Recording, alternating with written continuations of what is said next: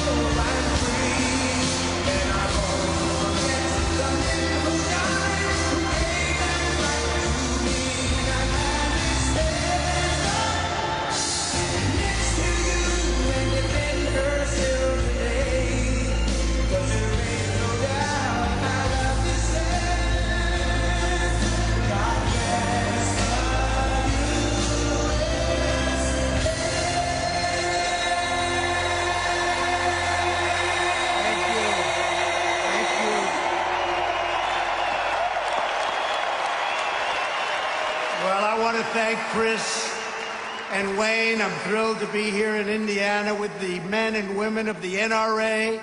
You are great American patriots. Chris Cox, Wayne LaPierre, Oliver North. I've been following Oliver for a long time. Great guy. 3 extraordinary champions for the Second Amendment. And I'm a champion for the Second Amendment, and so are you. It's not going anywhere. It's under assault. It's under assault, but not when we're here, not even close. I also want to thank our tremendous Vice President and Indiana's native son, Mike Pence, has done a fantastic job. And we're grateful to be joined by a number of terrific leaders from the Hoosier State. Governor Eric Holcomb. Where is Eric? You can't miss Eric, he's so big. Thank you, Eric. Senator Todd Young, terrific guy. Thank you, Todd. Senator Mike Braun, what a job he's doing.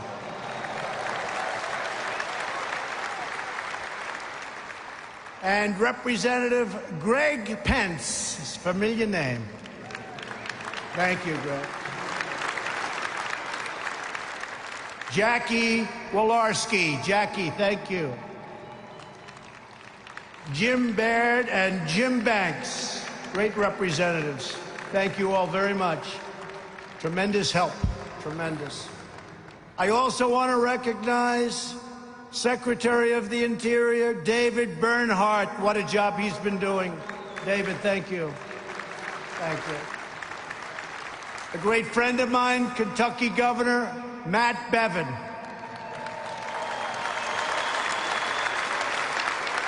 Thank you, Matt. And the House GOP whip, a man with more courage than most of us here today. He took some very, very severe shots, you know that, by a madman. And he's stronger and better. I actually told him backstage, I said, you're much more handsome than you were 2 years ago. I don't know what's going on. And he is, Steve Scalise. A lot of courage. Thank you. Thank you, Steve. And most importantly, I want to thank all of you, the proud card-carrying members of the NRA.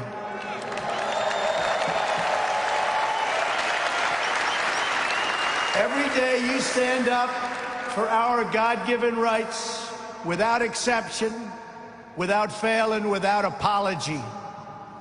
Together we are fighting for the timeless values that have built and sustained our nation. And our nation is greater today than it has ever been. Stronger, richer, we're doing better than ever before. We are great Americans. You're doing a great job. Thank you. Thank you. We believe in the rule of law, and we will always protect and defend the Constitution of the United States. And there are some people that are running right now. I don't think they have that #1 on their list. We believe that children should be taught to love our country, honor our history, and always respect our great American flag. And we believe in the right to self-defense and the right to protect your family, your community, and your loved ones. We believe in the wisdom of our founders, and we believe in freedom and liberty and the right to keep and bear arms.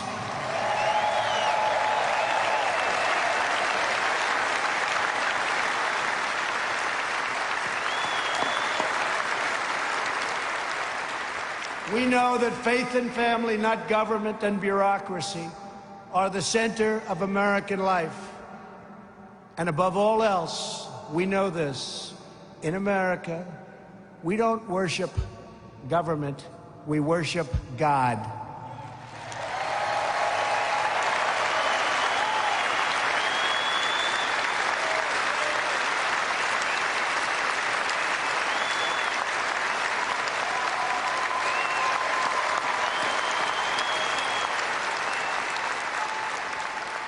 Every day of my administration, we are taking power out of Washington, D.C., and returning it to the American people where it belongs.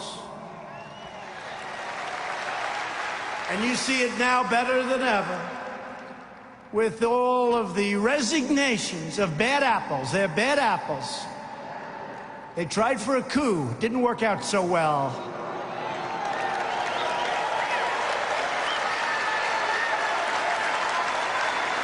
And I didn't need a gun for that one, did I?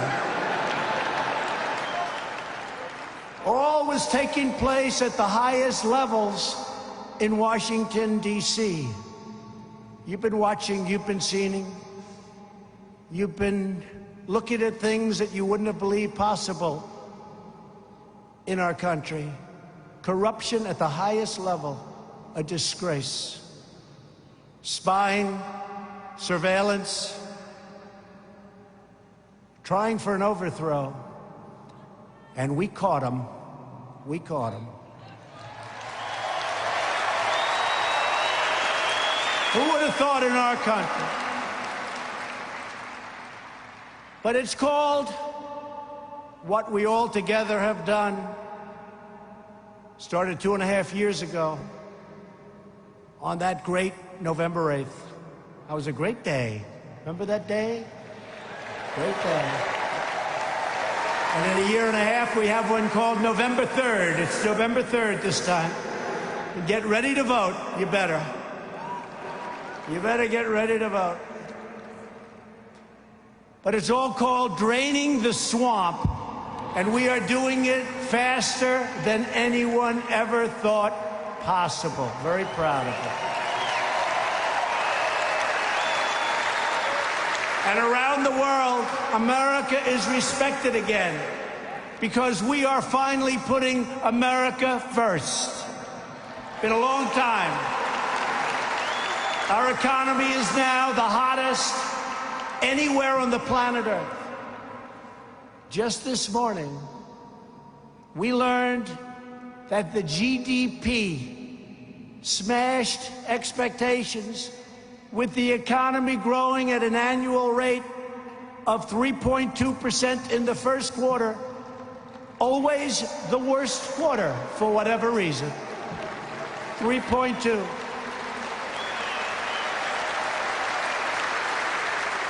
And if we kept the same interest rates and the same quantitative easing that the previous administration had, that 3.2 would have been much higher than that. But they hadn't hit these numbers in 16 years. We had a tremendous increase in inventory investment. You know what that means? And listen to this, a very big increase in net exports. Isn't it about time? Isn't that nice? We've added almost 6 million jobs since my election. And if I would have said that during the campaign, all of those people back there, we call them the fake news, they wouldn't have believed it. They're fake. They're fake. Blue-collar jobs recently grew at the fastest rate in more than 3 decades.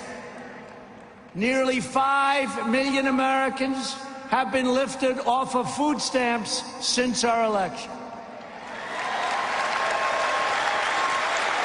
Wages are rising fast, and the lowest paid workers are making the biggest percentage gains of all, and that's nice to hear. It's about time. Unemployment recently achieved its lowest rate in 51 years, and very shortly, it should be its lowest rate in the history of our country. African American, Asian American, Hispanic American have reached the lowest levels of unemployment in our history. America's future has never been brighter, and yet Democrats have never been angrier, especially now that their collusion delusion has been exposed to the world as a complete and total fraud.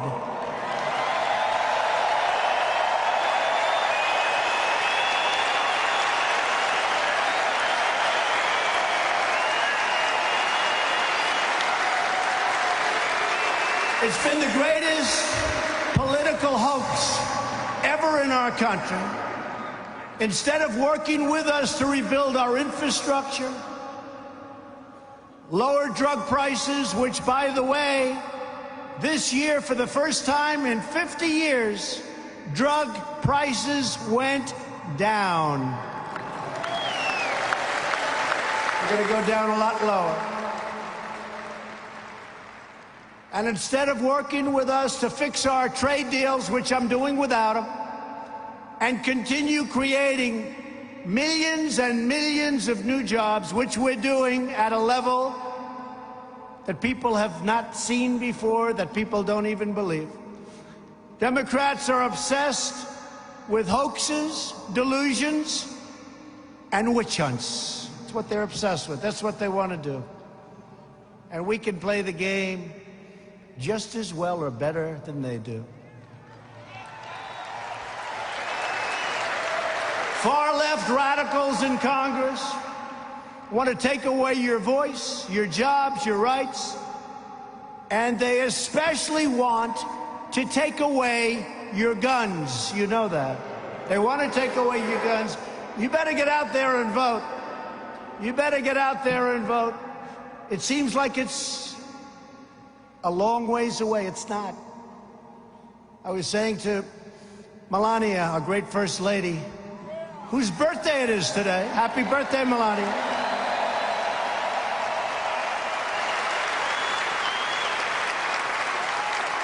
I remember standing 2.5 years ago in the same hallway where Abraham Lincoln and so many others have stood. My first night in the White House. And I said to Melania, I said, this is incredible. And 4 years seemed so long away. And now here we are. We're getting ready to start up the campaign again. Start up the campaign again. I never want to do anything with MAGA because MAGA country and MAGA, Make America Great Again, has been great. But we've really made it great. We've made it great. We brought it back. And we're thinking about slogan, Keep America Great, because you have socialists and far-left Democrats that want to destroy everything that we've done. Your 401ks are going through the roof. Your stock market since the election has hit a record high. Almost 100 different records I've broken. Record high. But everyone's like a genius now. They buy stock and they're all up. Everybody's benefiting and jobs are benefiting. But it can all be taken away when you start putting the wrong people in office. We've cut regulations more than any president in the history of our country. And that's in 2 years. In 2 years, we did more to regulation. Think of that, than any president in the history of our country. It's one of the reasons our jobs are booming, one of the reasons the economy is booming. We gave you the largest tax cut in the history of our country, the biggest ever. And we got Anwar approved. And we got the individual mandate, the absolute worst part of Obamacare, eliminated. Now we're going for the rest. And we had it done except for one vote. You know what I'm talking about. One vote. In recent days, leading Democrats have proposed banning new guns and confiscating existing guns from law-abiding citizens. What they don't tell you is the bad guys aren't giving up their guns. And you're not going to be giving up your guns either. At the same time, House Democrats recently voted against notifying ICE, these brave, great, talented, brilliant patriots, when an illegal alien attempts to buy a gun, which is a felony. Democrats also support sanctuary cities that release thousands of dangerous criminal aliens onto our streets. In fact, they like the criminal aliens and aliens so much that when we're forced to release them into our country because of the horrible immigration laws that the Democrats refuse to give us the votes, we need some of their votes to change. We give them as many as they can handle.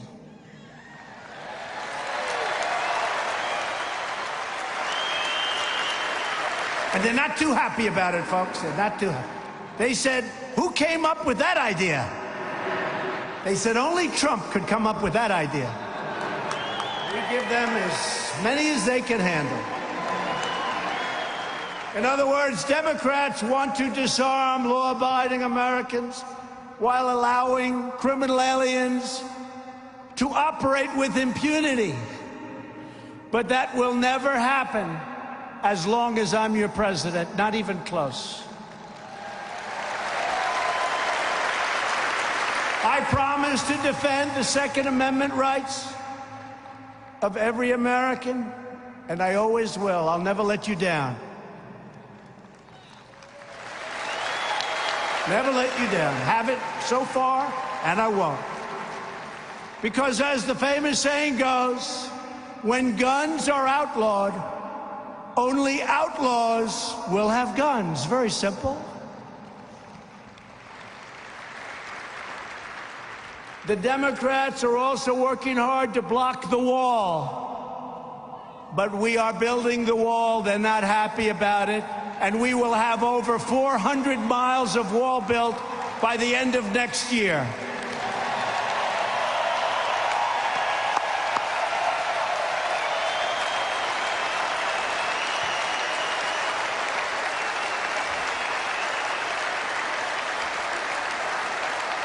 Building a lot of wall. I want to thank Border Patrol. I want to thank our great military. I want to thank the Army Corps of Engineers. They've been incredible. And we are doing something that I could do very quickly, and we're doing it very quickly. But dealing with these people is very, very difficult if you haven't noticed, okay? Any politician would have given up a long time ago. So we'll have over 400 miles of wall built by the end of next year. It's going up rapidly. Rapidly. We're also renovating tremendous stretches of wall. We have wall that's in bad shape, but it's structurally sound. And rather than building new, we renovate it. We make it as good as new, save a lot of money, and we gain a lot of territory. So we have a lot of great things going. A lot of great things going. Most importantly, Democrats must change our immigration laws right now. Right now. We can do it in, I used to say 45 minutes. We can do it in 15 minutes. It's very simple. You know the programs. They're horrible. The asylum, where rough, tough MS-13 gang members come in. You don't want to meet with these people, but ICE doesn't mind, because ICE is throwing them out of our country by the thousands. And the Democrats want to eliminate ICE. Can you believe that? Boy, oh boy. But it's incredible what they've done. It's incredible what we've done. But they stand there, asylum, and they read a statement. I am afraid for my life. I am afraid to go back to my country. I want to be an American. And you look and you see a toughness that you don't see. And you just see what happens with the mayor of Tijuana and others. They say, these people, we try and help them, and they start hitting us. They start punching us. We don't want them in our country, and they're not getting into our country. And when they have in the past, a lot of them have come in, we're throwing them the hell out. They're out. We're getting them out. But we can fix the problem so easy. And when we fix the problem, the wall is one thing, and that will have an incredible impact. But they won't even be coming up if we change our old, broken, ridiculous, weak immigration laws. They won't even be coming up. They won't make the journey. The wall is still good to have. We need the wall. But all of those people you see coming up, thousands and thousands of people, they won't be coming because they're going to say there's no way we can get into the United States anymore except by going through legal channels. And what we want is we want people. We need them for all of the great companies that are coming in. But people have to come in to our country legally and through merit. Through merit.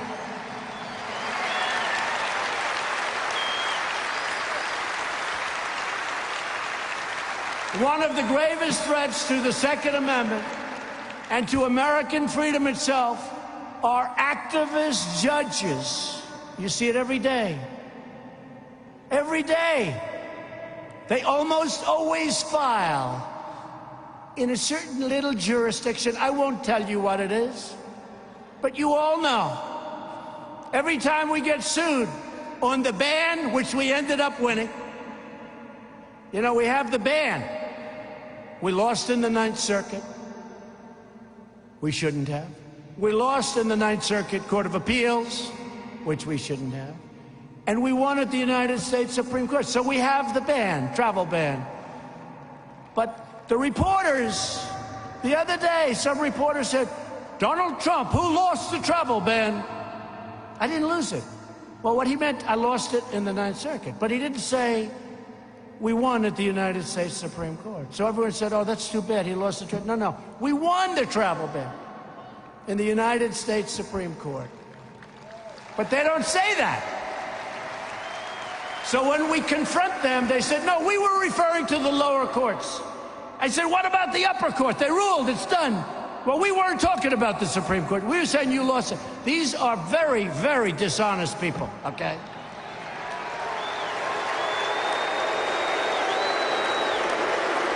Nobody gets it. Why? They're opposed to strong military. They're opposed to all of the things we've done, including making our nation wealthy, including high GDPs, including all of the security and all of the law enforcement, all of the things we're doing. It's incredible. Nobody understands it. Someday we're going to figure it out, and I'll feel much better about it. But why are they opposed to things that truly make our country great? Why? Nobody gets it. I don't get it. The level of dishonesty and corruption in the media is unbelievable. But we're stuck with activist judges who seek to rewrite our Constitution to force their own radical views onto our country. That is why my administration has led a historic effort to confirm fair and impartial and mostly conservative judges who will interpret the Constitution as written. And I'm very proud to announce that we will soon have 145 federal judges confirmed, a record number including 2 great Supreme Court judges.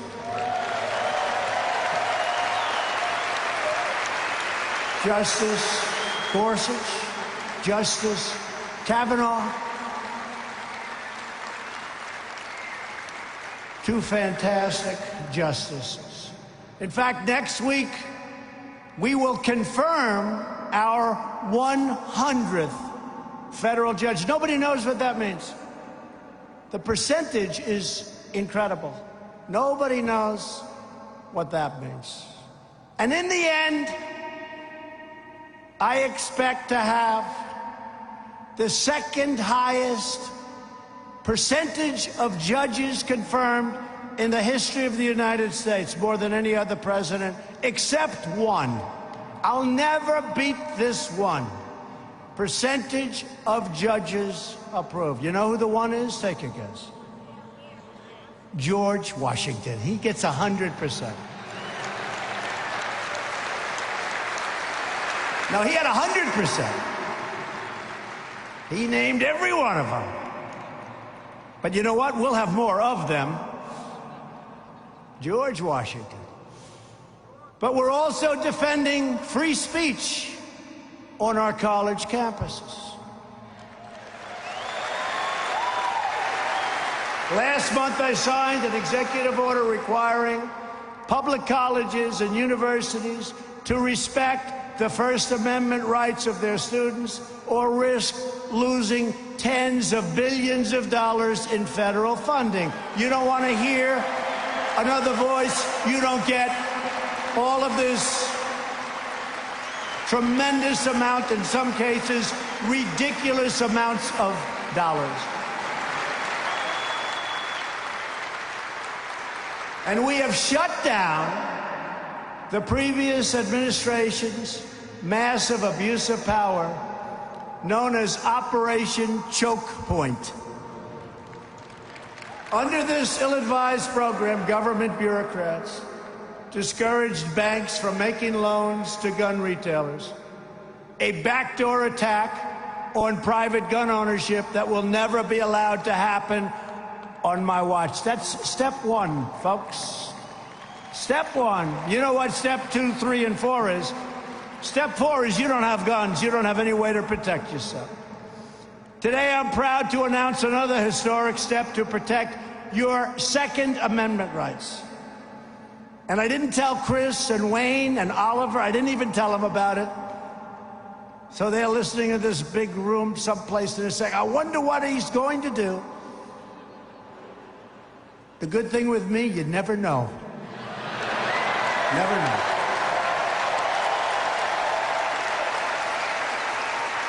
That's why we're making trade deals that are so good for our country. So in the last administration, President Obama signed the UN Arms Trade Treaty. And in his waning days in office, he sent the treaty to the Senate to begin the ratification process. This treaty threatened your subjugate, and you know exactly what's going on here, your rights. and your constitutional and international rules and restrictions and regulations. Under my administration, we will never surrender American sovereignty to anyone. We will never allow foreign bureaucrats to trample on your Second Amendment freedom. And that is why my administration will never ratify the UN Arms Trade Treaty. I hope you're happy.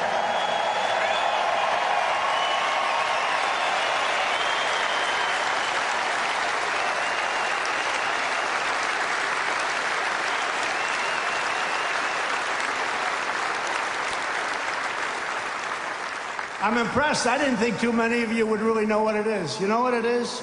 A big factor. But I see a couple of very happy faces from the NRA over there. And I am officially announcing today that the United States will be revoking the effect of America's signature from this badly misguided treatment. We're taking our signature back.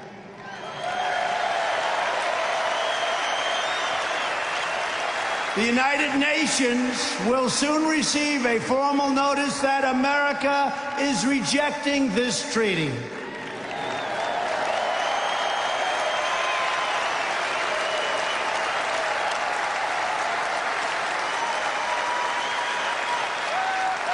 As part of this decision, I will sign right now, in front of a lot of witnesses,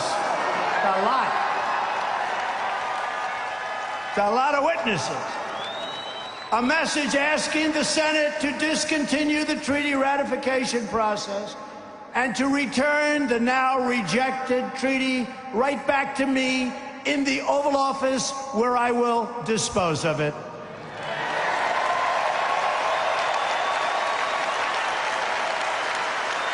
By taking these actions, we are reaffirming that American liberty is sacred and that American citizens live by American laws, not the laws of foreign countries. Thank you.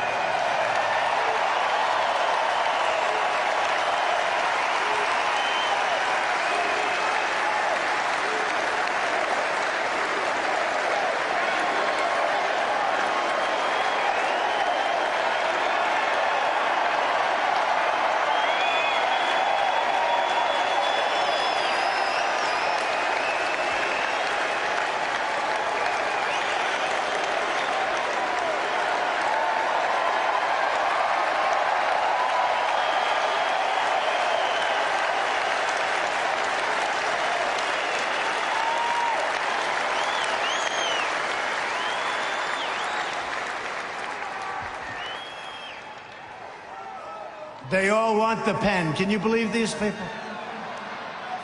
Should I give it to them?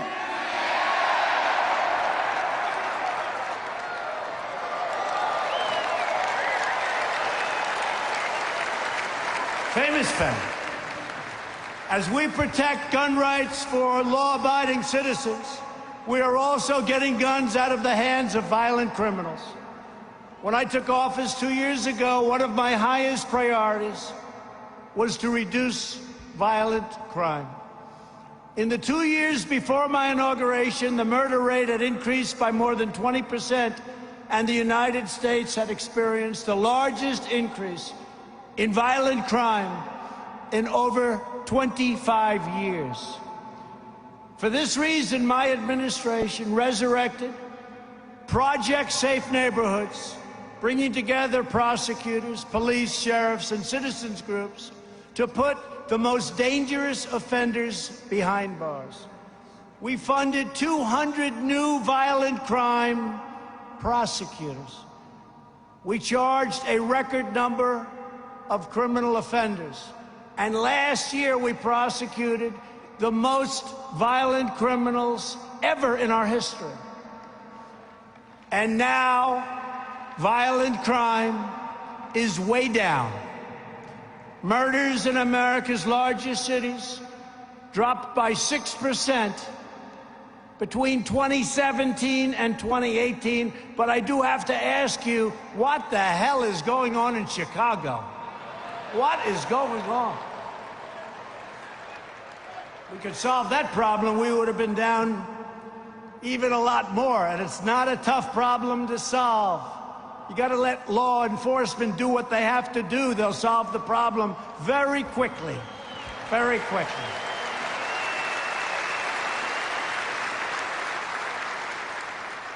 We don't think enough about the victims.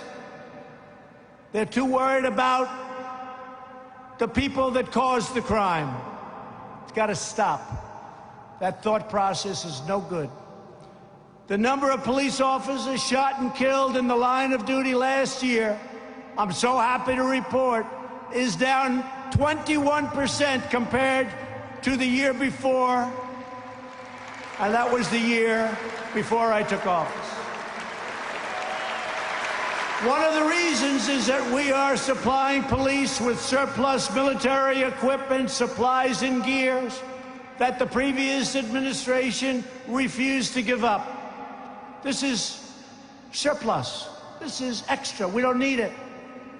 Great equipment sitting in warehouses all over the country. Billions of dollars of equipment that the military no longer needs or wants or uses, but the top of the line. Some of it's never been used, brand new. From vehicles to essentially supplies of all kinds, including bulletproof vests. And rather than having it sit and draw dust, I had it distributed all over the country to our police departments.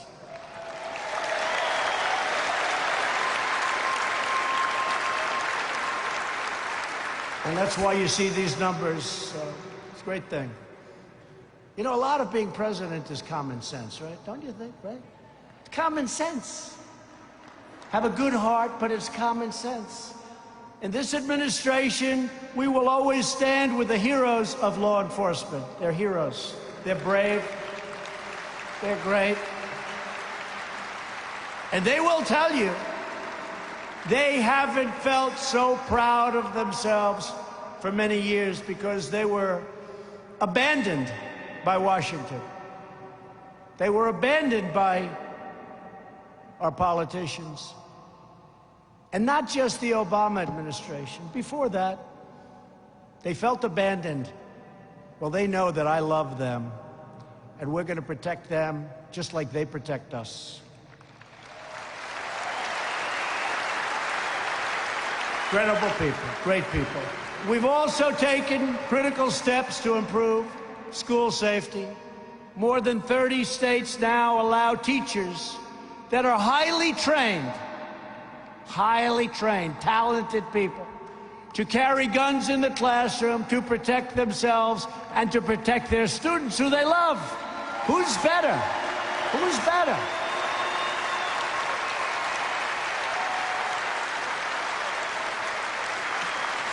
I've been calling for that for the last 2 years, and I think we had a big impact.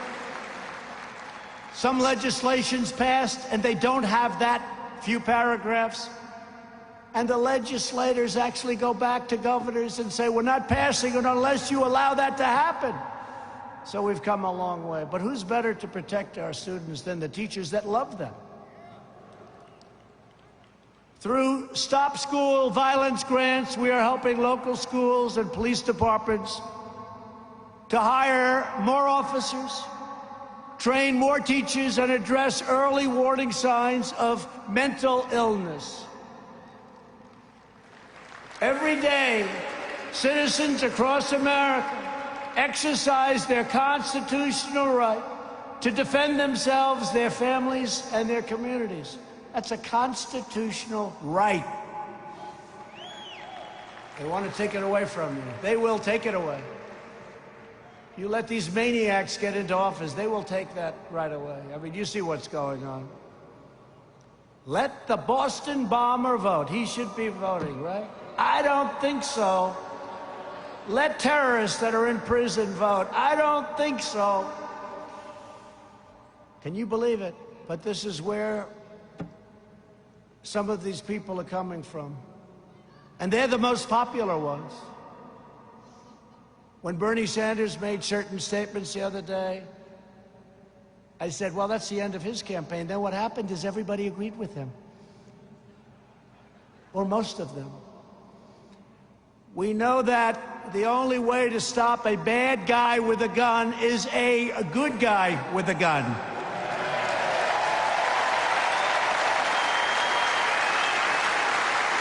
Now, I wanted to be a little bit more original than to use a phrase that you probably heard 1,000 times. But what's a better phrase than that? We can't do better. How simple is that? Today, I want to give a few of these brave citizens the chance to share their stories directly with the American people. A lot of television back there. Of course, when I start going after them, you watch those red lights go off. They don't want any part of it. They turn those lights, then they come back. They need the ratings.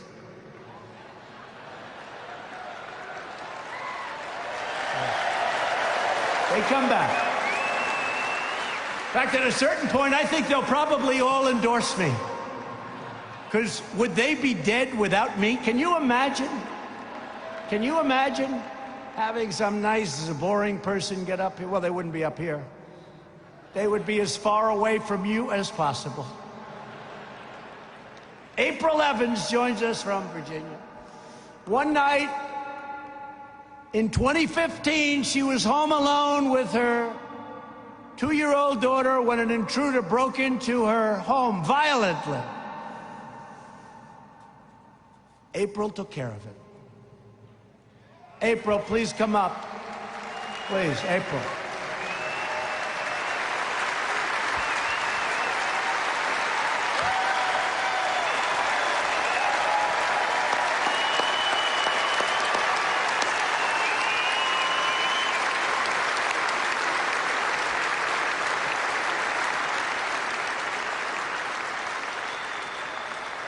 My husband is a police officer, and he works night shift.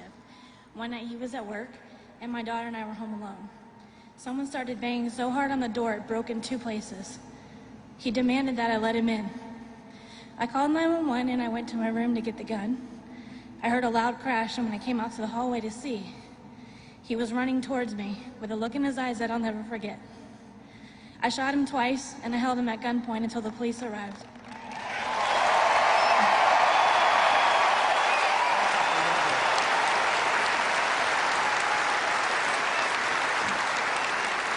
This event was something that changed my life.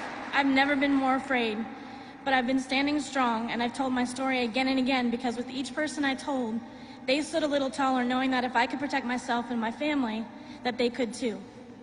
Protecting my family would not be possible without the right to bear arms. It's an issue that's obviously close to my heart. If these rights had been taken from us, I may not be standing here today, and I may not have a healthy, now 6-year-old daughter. I'd like to thank you, Mr. President, for your unapologetic stance on our right to bear arms. I truly believe those rights saved my life and the life of my daughter that night. Thank you.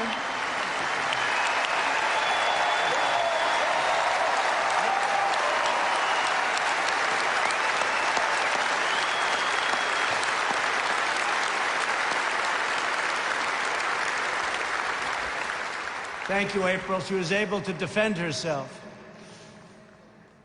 Also with us is Mark Vaughn, who owns a meat processing plant in Oklahoma. When an employee began attacking co-workers with a knife, viciously and violently, Mark drew his gun and ended the assault immediately, saving countless innocent lives. Mark, please come up.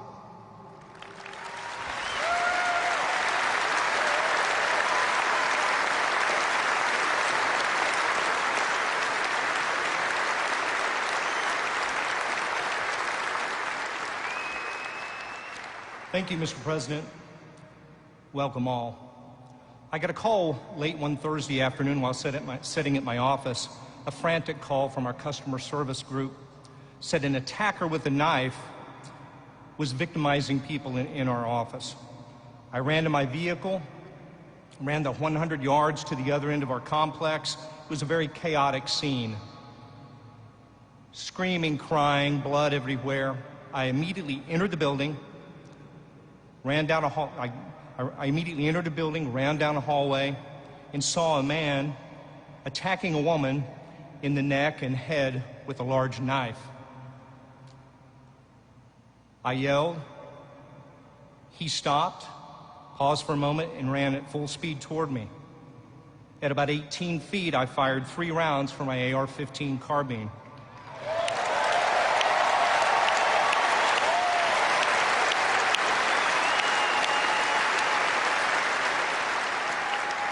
Immediately incapacitating the subject. He was a determined attacker. Unbeknownst to me, moments before, he had decapitated a coworker and had targeted several others in our operation to be attacked that day. I was able to take that action because I had a gun and I was prepared to use it. These are central missions of the NRA, and I thank you, NRA, for that, and everyone here.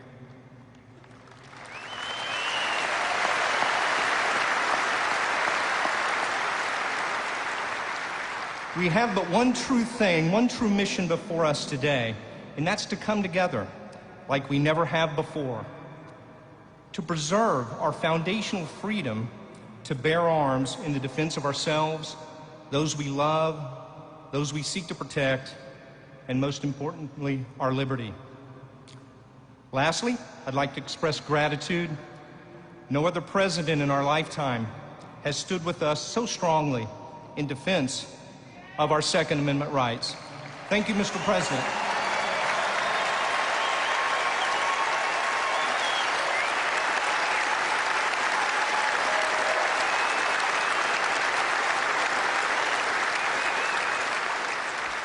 Thank you, Mark. Appreciate that. Thank you very much. Great job. Thank you. Finally, Stephen Williford joins us from Sutherland Springs, Texas, great state of Texas, where a mass shooter opened fire at the First Baptist Church. You all read about it. In November 2017, taking many innocent lives, wonderful, wonderful people. Stephen heroically risked his life to bring the horrible violence to an end. Stephen, please come up and say a few words.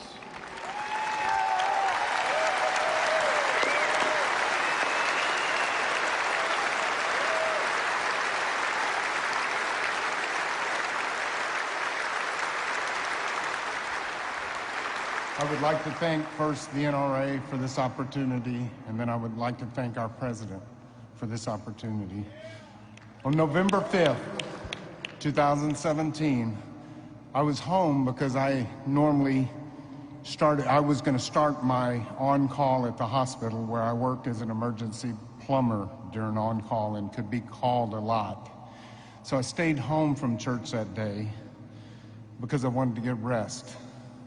Wasn't to happen. My daughter came into my bedroom and said, "Dad, doesn't that sound like gunfire to you?" I ran to my window thinking it was someone tapping at the window, and she said, "No, come into the kitchen," where I immediately said, "It is gunfire." My daughter was an NRA distinguished expert when she was 8 years old. All 3 of my children, my other daughter and my son, were NRA distinguished experts by the time they were 8 years old. I was an NRA instructor. I ran to my safe, and my daughter ran outside, ran out to her car, got in the car, and ran reconnaissance for me. She ran up to the corner and came back while I was getting a gun out of my safe and loading it, and she said, "Dad, there's a man in black tactical gear shooting up the church." And I said, "Did you call 911? She said, "I did. They're aware of it." Right away, that told me police were coming, but I couldn't wait. I couldn't wait. Our police department in Wilson County is some of the best officers in this world, and they were racing as fast as they could. but my community couldn't wait for them. I ran out the door and I told my daughter to load another magazine for me because I gave her busy work. I didn't want her to be there if I failed, and I didn't want her to be there for a target for him. The Holy Spirit took over me at that moment, and as I ran across the street, I yelled out. The gunman heard me inside, so did some of the people from the church, so did my own daughter. He came running out of the church and started shooting at me. I put 2 shots, center mass. He stopped shooting at me, ran to his vehicle. The 2 shots, center mass, he had class 3 body armor on. They made no difference, but when he ran and turned around his door to his vehicle, I put 1 in his side and 1 in his legs. He got in his vehicle, he put 2 more shots through the side window. I put 1 where I perceived his head to be and shot through the window. He took off and ran away down the street, and I'm thinking, oh my God, he's getting away. I ran out into the street, took 1 more shot that went through his back window, penetrated the driver's side seat, and hit him just right at the left shoulder blade. He continued to run. I met up with a man that was just parked and watched the whole thing, and everybody in this world would have just driven on. But this is Texas. We aren't known for our sanity. I found out later his name is Johnny, and I got in the truck with Johnny and we gave chase. And at the end, the gunman, being the coward that he was, took his own life. Inside the church were more heroes than we can even talk about in a limited amount of time. But I'm here today to talk about the fact that I used my own AR-15 to confront a shooter that had dropped 15 30-round magazines in my church. He murdered 26 people and injured 20 more. There were only 7 people that walked out of that church without a gunshot wound. If it were not for our Second Amendment rights and the right to carry an AR-15, the same style gun that he had, then I would have been outgunned myself. And if it were not for God covering me and protecting me, I would not have been successful that day. I want to thank the NRA for being relentless in protecting our Second Amendment rights. And I would like to thank this president for defending the Second Amendment. And I would like to say today, he says, make America great again. And he's including you. You will make America great again with him. But he needs you, he needs your vote. And if you do not get out there and vote for this man, then it's on you. Thank you very much to the NRA, and thank you for President Donald Trump.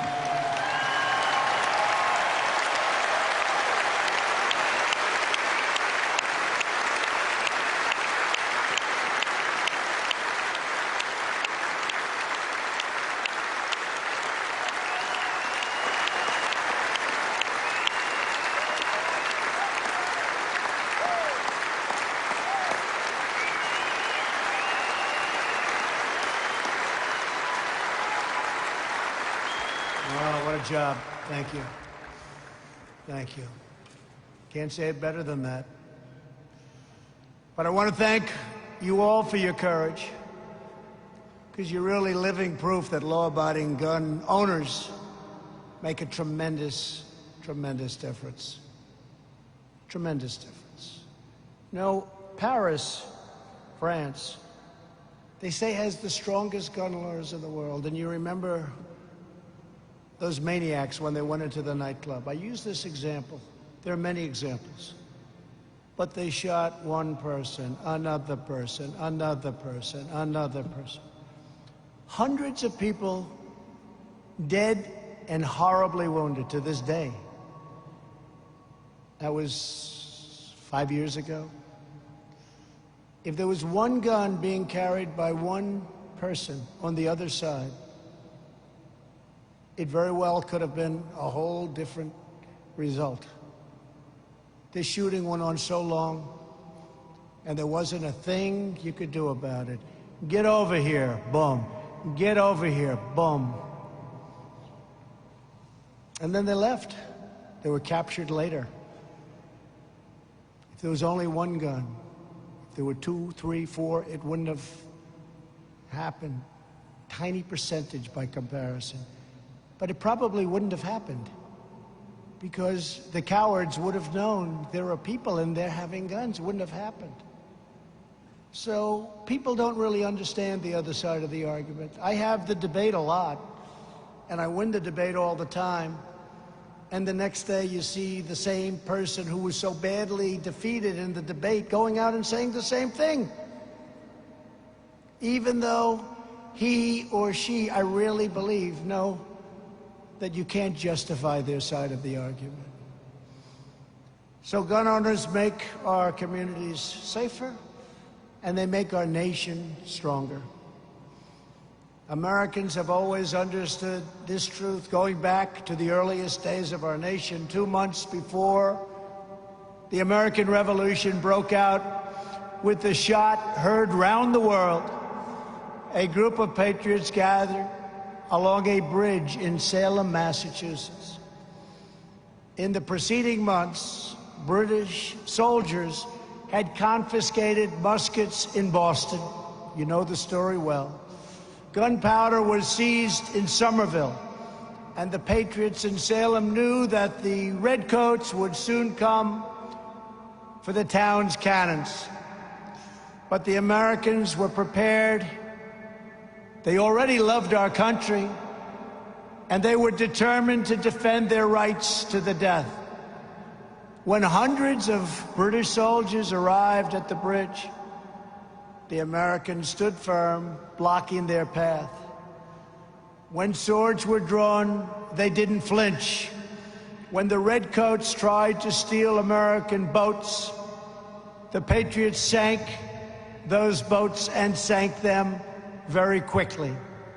When a British soldier held the tip of his bayonet against a man's chest, that man, Joseph Witcher, tore open his shirt and dared him to do his worst.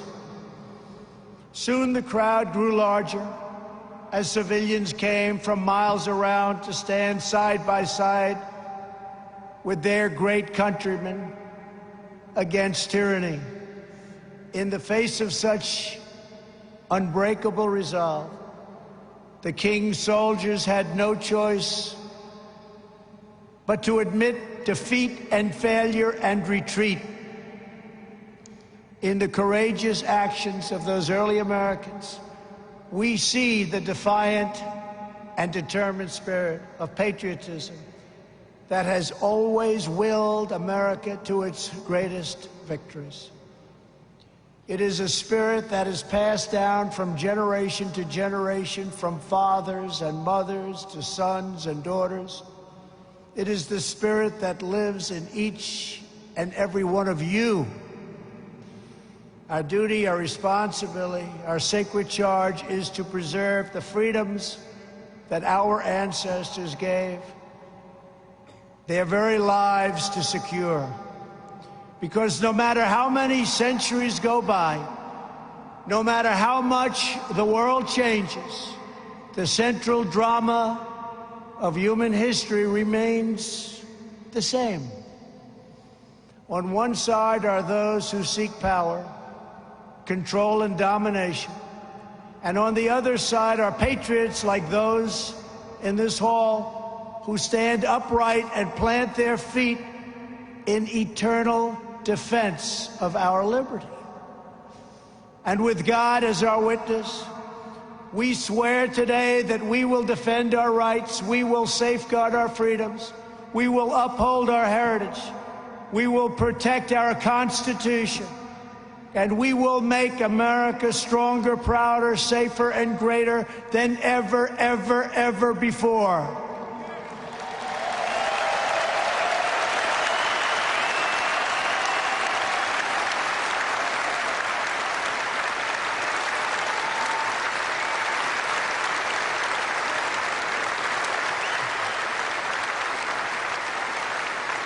To all of our incredible friends at the NRA, thank you for fighting the good fight. It is an honor to fight by your side, and it's an honor to be with everyone in this giant hall today. I am with you. I will never, ever let you down. Thank you. God bless you, and God bless the United States of America. Thank you. Thank you.